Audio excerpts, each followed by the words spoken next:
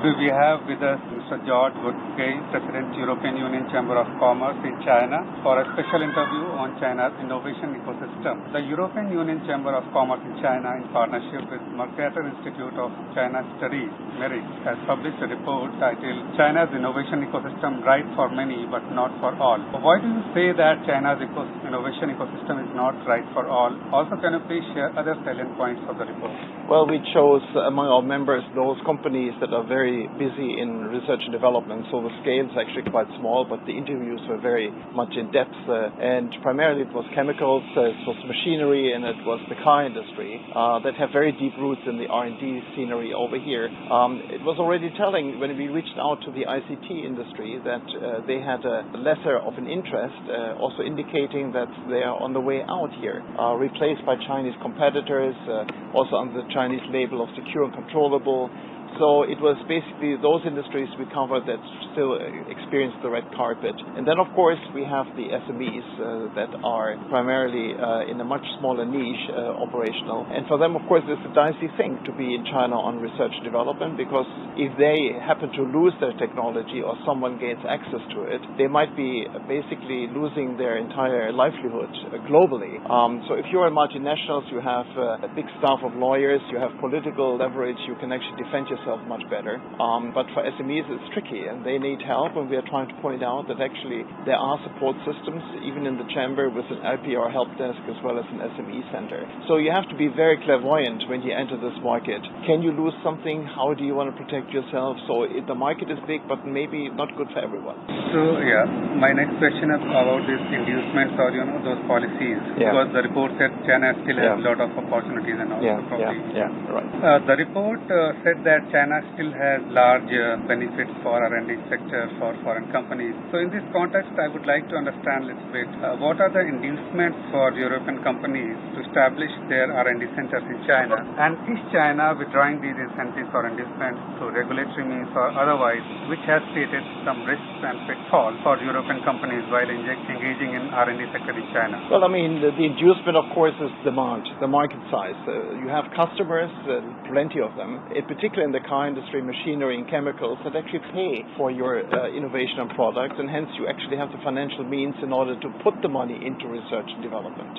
Someone has to pay for your researchers at one stage. And it's not just customers in the magnitude you see them here in China, but also it's very demanding customers. Chinese companies are not very brand loyal. They move immediately away from one company. They don't have this long established connections. So you have to be on your toes, because they might, for a cheaper price or a different feature, go to your competitor. China is an incredibly demanding market. In the car industry, for example, it's primarily very young people who buy these upscale cars. So you have to have totally different features. A car conceptualized in China is basically a computer on wheels, whereas in Germany we care more about the motor or the interior things on this thing. So in a way, the Chinese market for us is a huge fitness club, and that's where you have to develop research and development. Okay, so in this context, are there any certain conditionalities in general I'm asking, for companies to enter Chinese markets for either research and development or for normal operations? It was surprising how little our companies care about governmental support. They actually really look at the customers, they look at the market size, they look at the pool of engineers, they look at the kind of protection they get. IPR law still is a major concern for 38% of our members, but it has been improving, and you just try to be one step faster than your Chinese competitor in developing. So in a way, we like to have tax releases, of course, but at the end of the day, it's all about the market size, the demand structure of customers, as well as the engineering pool. And there, China used to be absolutely unbeatable in many ways.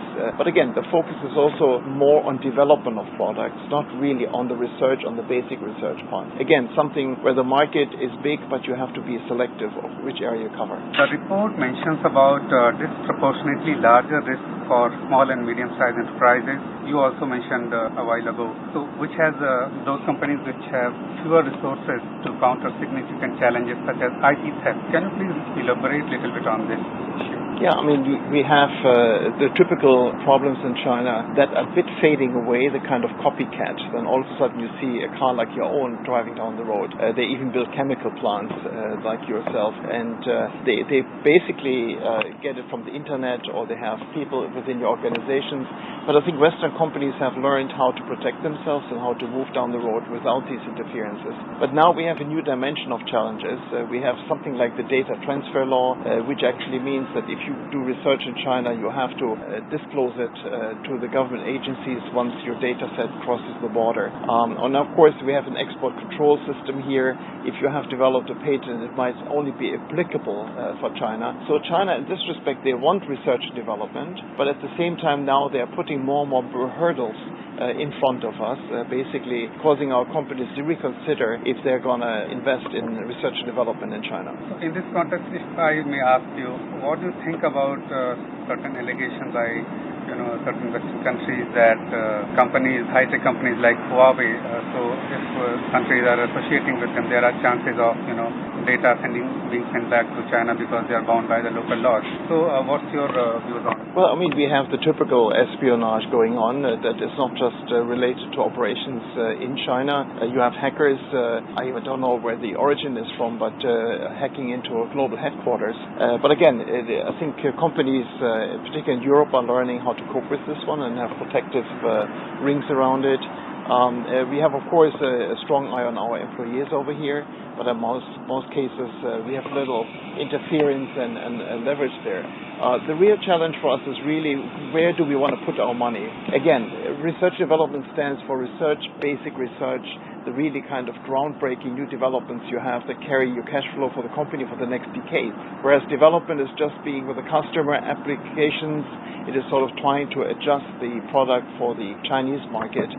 For example, when you are in the chemicals, then you have a different recipe for shampoo because Chinese hair is thicker and it's black than Western hairs. Are you going to die as a company when you have basically lost the recipe on shampoo? Possibly not. So in a way, what we see now is a very small R that people are reluctant to put basic research into China, and a fat big D, meaning people, because of the market demand, are very happy to do application development in China. So the report which was released, so it was based on data from last part of the last year and initial months of this year, so basically till March this year, which actually did not take into account the real impact of the lockdowns in past couple of months in various big cities of China. So in this regard, you have said, your statement that China had already lost 50% of all European expats since the pandemic had started, and there could be many more departures this summer. So how do you see this may affect China? Well, COVID has a negative impact really on how expats perceive China. Do they want to be here subject to this endless testing, the kind of uncertainty about going back home? If there's a family matter, you just want to hop on the next plane, go back, and then the tedious procedures in order to come back is just really keeping people away. We lost about half so far, and I can actually anticipate that we're losing another 50% in summer this year. And just to give you a perspective, European Union plus UK plus Switzerland and other countries, so all the Europeans put together in China, we are at this stage about 60,000 people. So all the Europeans in China fit into a soccer stadium here in Beijing, and still some space for Indians on the side. So it is something which is clearly having an impact on research and development, because those people are not in sales, they're not in accounting, they're mostly in research or in business development. And of course, COVID has a negative impact also on our Chinese staff, who wants to travel to Europe and live there, not being able to come back anytime soon. So COVID has created some headwinds for research development in China. Also now in Shanghai, you can see how the economy is being hurt, how companies have to scale back on production, how they have less money to spend on research and development. COVID has really broadband damage done to the R&D community over here. I learned that you have been in China for around 40 years, and you have been known as a very respected expert on China.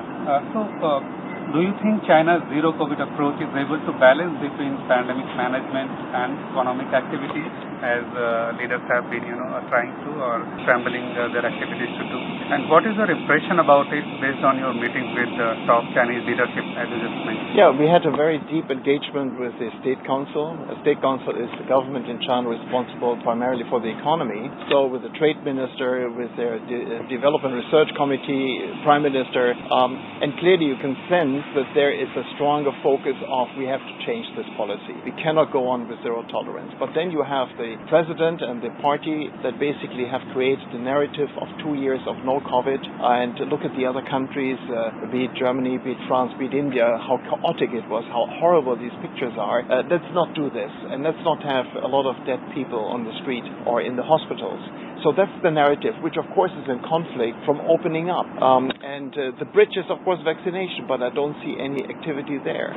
So we are, I think, two camps in China. One is maintaining the narrative because they're also not sure if the opening up you see in India or in Europe is going to come with a backlash in fall, and then they can lean back and see, we told you it's going to be bad. And so at this stage, I guess the Chinese leadership is frankly gambling with the health of its people to some extent. So is it somehow related to the upcoming Party Congress, which is obviously a big political event and moment for China's history? Well, the Party Congress, I guess, is irrelevant for COVID because even if the Party Congress is over and nobody knows when it's going to be, let's say it could be October, November, then still they have the same problem. They have an under-vaccinated 60 and above age group. They simply cannot cope with lots of people dying. The images of Hong Kong come to mind, those under-vaccinated people dying to a very large extent. So definitely the Party Congress is going to pass and the zero tolerance is going to continue unless the game changer is unemployment. When they see what it really does to the employment structure of China and in particular young people. We have unemployment 18.1% officially in urban parts of China among 16 to 26-year-olds, but all the experts that you ask in Beijing indicate that it must be above 30%. And in July next month we have 10 million graduates coming on the market. Now, how they're going to find a job. So what are young people going to do if they have no perspective? What are the parents going to do when they see their youngsters hanging around and having no perspective? They might actually become restive, and that's, I think, when the game's going to change. So when can we expect any sort of, when can we hope any sort of border opening by China, these travel restrictions on international travel? Well, opening of Chinese borders may be best case 2023, but you will not extract the months from me. Thank you for taking the Prasad Bharati. Thank you.